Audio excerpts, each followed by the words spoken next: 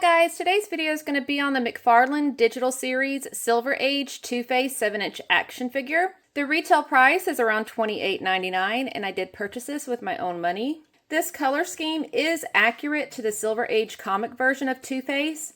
There is a platinum version of this figure that features a black and white color scheme, and I think it also looks nice. Okay, let's look at the front of the box here. Then we have the side of the box, the bottom of the box here if anybody needs the barcode, and this is the other side. It says Two-Face DC the Silver Age. Then we have some nice artwork on the back here. Let's go ahead and open them up.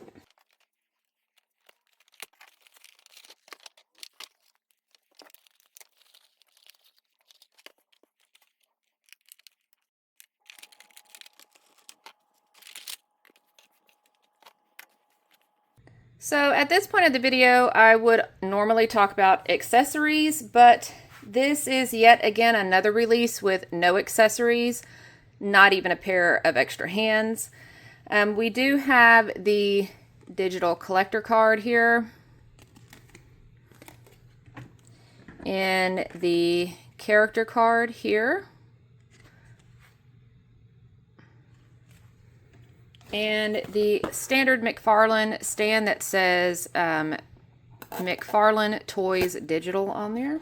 Moving on to the figure, we have seen this body before on the Batman Forever Build-A-Figure Wave Two-Face. We've also seen his coin hand here. On the Dark Knight Two-Faced figure, this hand is painted green instead of being the original flesh tone color. I'm not a fan of these painted hands because you have to worry about the paint coming off when you mess with it.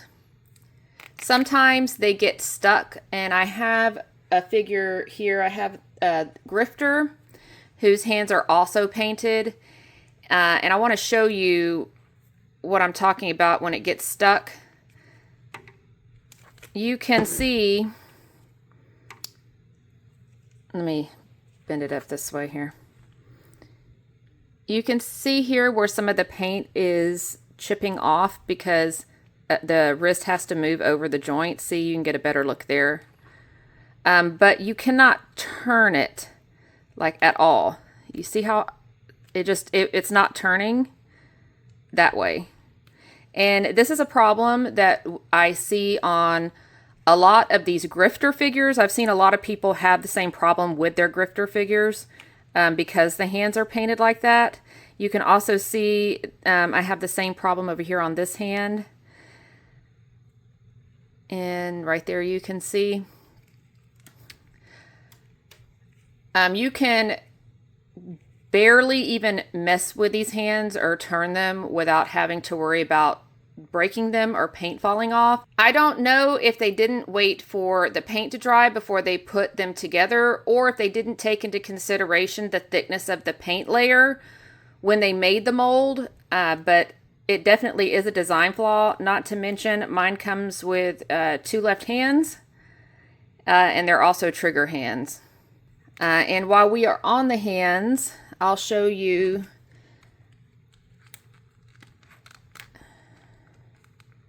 the Dark Knight Two-Faced figure's hands compared to this one so that you can see what I'm talking about here.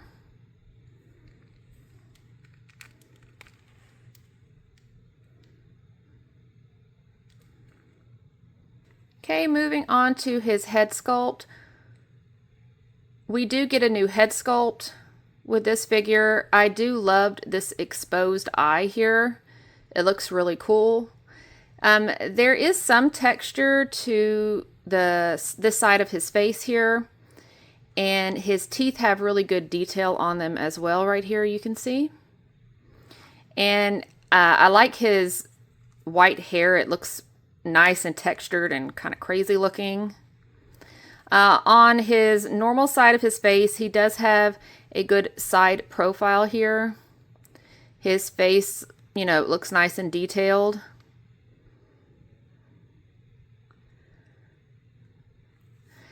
His tie is molded right there.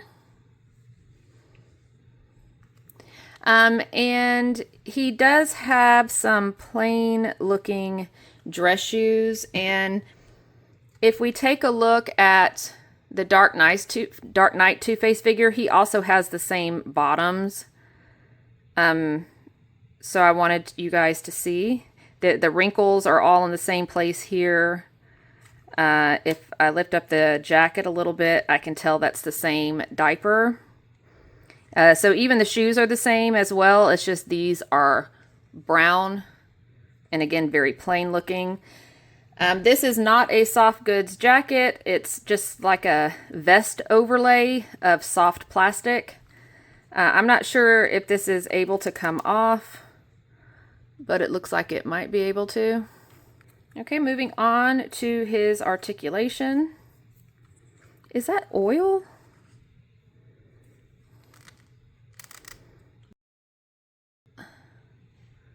Yeah, that's oil.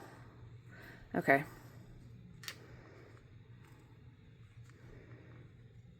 It does look like I have some paint missing here on the arm, and there is a metallic looking, I don't know if this is paint or something, but it's a defect in his sleeve here.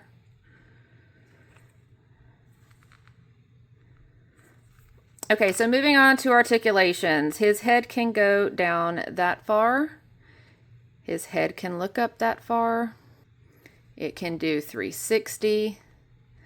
His arms can do 360. His elbows are double jointed. He does have typical McFarlane articulation in the wrist. He cannot do the 90-degree bend on his wrist because of his sleeve there. He does have rotation at the waist. No rotation up here due to the jacket, keeping it everything, you know, here and together. His leg can go forward that far. Again, the jacket's going to hinder that movement a little bit. It can go back this far, again with the jacket. He's not quite able to do full splits, but pretty far because of the jacket. His knees are double jointed. His ankles are the typical McFarlane ankles, so we can, you know, tilt side to side and go back up and down. There is some limited motion because his pants do come down pretty far over the shoes in the back and some on the front. And he does have toe articulation. I do appreciate this version of Two-Face. I also like the platinum version as well. His scarred side, I think they could have made a bit more gruesome by adding more texture and paint detail to his face, neck, and hand. I'm also not happy that we didn't get even an extra pair of hands with him. My issue with this digital line is we are basically paying more money for an NFT. I would rather have physical accessories. Most people would not want the NFTs. It's about as popular as those car display stands everyone, including myself, complains about. What do you guys think about this release? Which do you like better, the regular version or the platinum version? Let me know in the comments. That's going to wrap up today's video. Thank you for watching and see you in the next video.